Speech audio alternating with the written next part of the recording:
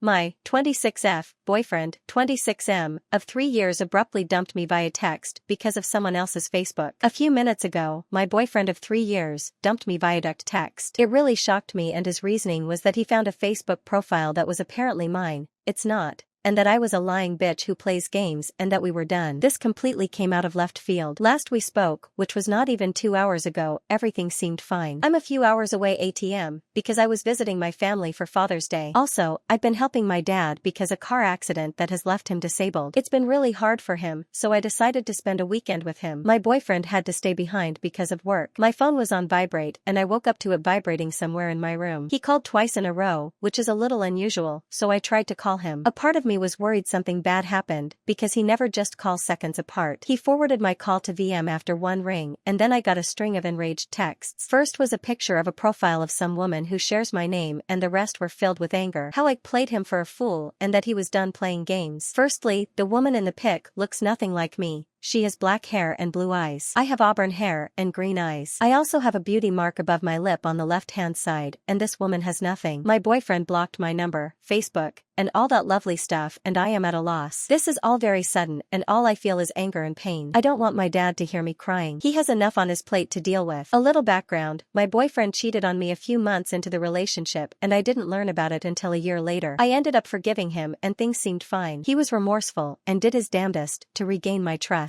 I can't help but wonder if he did this because he did something wrong and wants an excuse for it, or he wanted to dump me in order for him to cheat without cheating. Tomorrow is his birthday too. I wonder if he wants to be free for that day. It just makes me cry. I won't be taking him back. No way in hell. He's living in my house, nothing is in his name, he can fuck off. Right now, I'm kind of shattered at the moment, because I invested so much time and emotion in this person. I forgave him when he cheated on me, and now he's pulling random Facebook profiles out of his ass to use to break up with me and say I'm the shady one. What can I do to help myself? I am really at a loss right now. Thank you. TLDR, boyfriend of 3 years dumps me via direct text accusing me of having another Facebook, despite the fact the woman in the profile looks nothing like me and the only thing we have in common is our name. How do I move on and heal from such a callous action? Update June 17th, 2014. Thank you guys for your encouraging words and wisdom, it's helped out a lot. Myself and 6 other people went to my house this morning, including my brothers and lawyer uncle. My ex was sitting in his computer room playing LOL, seemingly oblivious that I came home and anyone entered the room. I promptly tapped him on the shoulder and asked him to turn off the game and pack his stuff. He shrugged my hand off and continued to talk to his teammates through what I assume was Skype or TeamSpeak. My patience for his BS is in the negative, so I bent down and unplugged the surge protector from the wall. My ex flung the headset that I bought him off of his head, and it bounced off his monitor. He stood up screaming how that was a ranked game and that I was fucking up his stats, or whatever he was foaming about. My brother stepped between us and told him that he had 10 minutes to pack his things, and only his things, before we called the cops to have him removed. We all stepped out of the room and watched him unplug his computer and neatly stack his stuff. He tried to take my Ethernet cable, and I was like, nah. A friend brought in a box, and we watched him go through the house taking the seldom things he owned, all the while texting away on his phone. It turns out he was saying some ugly things on his FB, but whatever. That is childish stuff and water off a duck's ass to me. He tossed the box of clothes, sneakers, and DVDs/console games into the backseat of his shitty 1995 Honda, and then made it a process to take his computer out. He was more concerned his LOL game and his computer than me. He didn't make eye contact or speak to me. There was just an air of hostility that I can't even explain. I can't comprehend how someone could just suddenly hold such animosity towards someone they apparently loved. I sat on the stairs watching him go back and forth, my friend Jess recording the whole process on her cell phone, just in case. She's pretty clever, LOL. It was really hard. I felt anger brewing under the indifferent exterior I was showing. A part of me wanted to throw an egg at the back of his smug head, but I know that it isn't worth it. He isn't worth any energy, negative or positive. The whole process took about 15 minutes, and we all watched on my lawn as he drove away. My uncle gave a big hug and left, and the rest of us ate pizza and watched some TV. As uneventful as it was, the whole experience was draining. It's easy when there are people around to talk to and occupy my mind, but when I'm alone, what he did keeps popping into my head and I start to get anxious. I tossed all of my bedding and sprayed my couches and chairs with deodorizer in the lame attempt of exorcising whatever foul things he may have done. I know, irrational, LOL. Today, I'm going to be heading to Bed Bath & Beyond to buy some new bedding and treat myself. I realized that being with him, I didn't really love myself. I was too preoccupied with appeasing him. Any action I took in spoiling myself, whether it be new clothes, a game, or makeup, was met with suspicion. It was all in his whacked out head. Being alone after being in a relationship for such a long period of time is daunting. I know I'll be fine if not awesome after getting that cancer out of my life. I had to set up a rule with my friends and family to not talk about him to me because a friend texted how he was flooding his Facebook with pictures of himself smiling and being happy. I don't want to hear it. If he's happy that he is a resident of his mom's basement and cheats on good women with gutter scum, then so be it. In the end, whether it be 6 months from now, a year, 5 years, whatever, something in his brain will click and he will realize the massive fuck up he did the last few days. As crappy as it sounds, I hope it makes him miserable. I will be changing my locks, despite taking his copy of his keys, and I think I will add extra security just in case. When he was a teen, he vandalized houses of people he didn't like, and judging from his behavior, I wouldn't put it past him to do it again. Also, I am going to the doctor tomorrow to get tests done. I don't feel anything wrong, but I won't be taking chances. This whole thing has been a life experience. He hasn't ruined any future relationships for me. He did me a favor to up my standards and reinforce my self-worth. I know what to look out for now, and I know what kind of person I deserve. Thank you again, you guys. You brought a lot of great points, and it helped tremendously. TLDR, went home with an entourage consisting of big burly brothers and a lawyer. X had a temper tantrum that I interrupted his ranked LOL game to kick him out. Priorities. Other than that, it was peaceful. Going to splurge on nice things today, and tomorrow I will be getting STI tests done. Thank you so much for words of encouragement and compassion.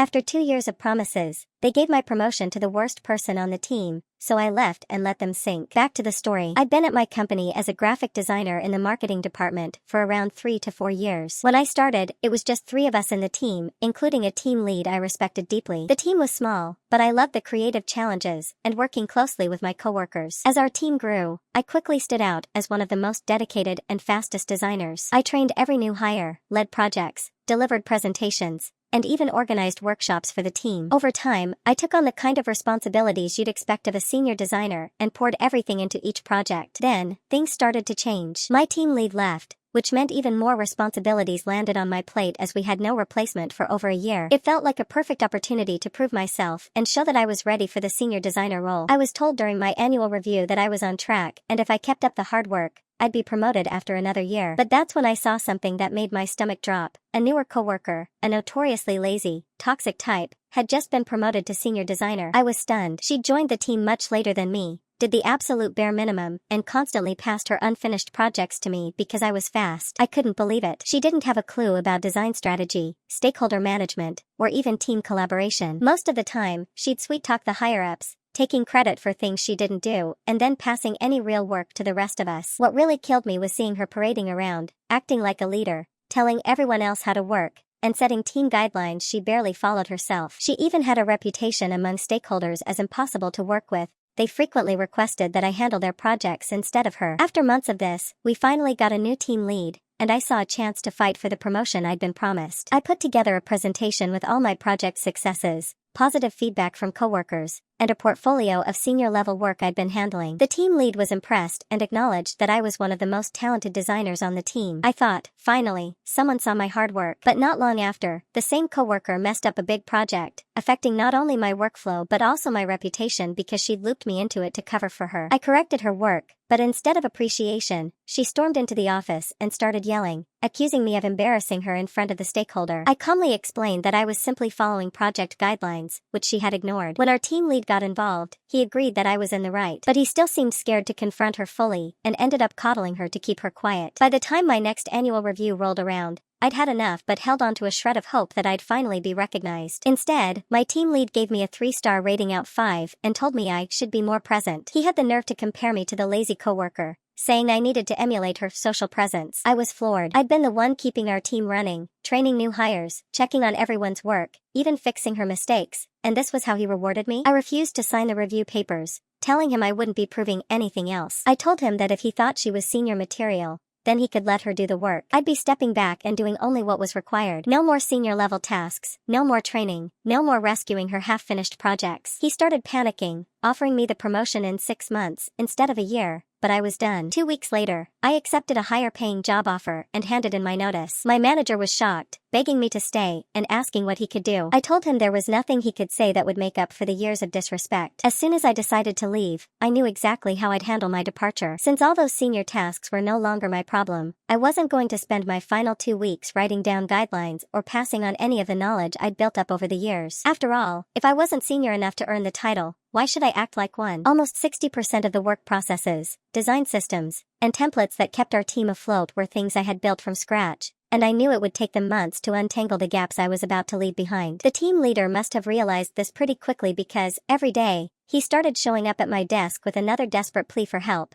Just a few guidelines, he'd say, or just walk us through the workflow one last time. Each time, I reminded him that he'd refused my promotion, and as I saw it, that meant my time and expertise were no longer his to ask for. The day I handed in my badge and walked out of that building was the first time I felt genuinely free in years. Now, I'm in a new job where my contributions are recognized and rewarded. Looking back, I can only hope this experience was a lesson for my former team lead and his senior designer. Maybe they'll learn what happens when you ignore someone's hard work and loyalty for the wrong reasons. But honestly, that's no longer my problem. Update. First of all, thank you all for reading my post and sharing your own experiences. It really helps to move on from that place, even if I can't forget what I went through. It's shocking to see how many people have dealt with the same thing. I hope this post will remind you to value yourself and maybe push you out of your comfort zone if you're not getting the respect you deserve. Some of you thought my story sounded too good to be true or felt I was overplaying my talent. Normally, I'd be modest, but when you put in years of work, gain experience, and finally learn your worth, you stop holding back. Everyone has a breaking point, and this was mine, a major wake-up call that I'd had enough. Before I jump into what happened at the company after I left, here's a bit more context. My team lead was completely new to managing,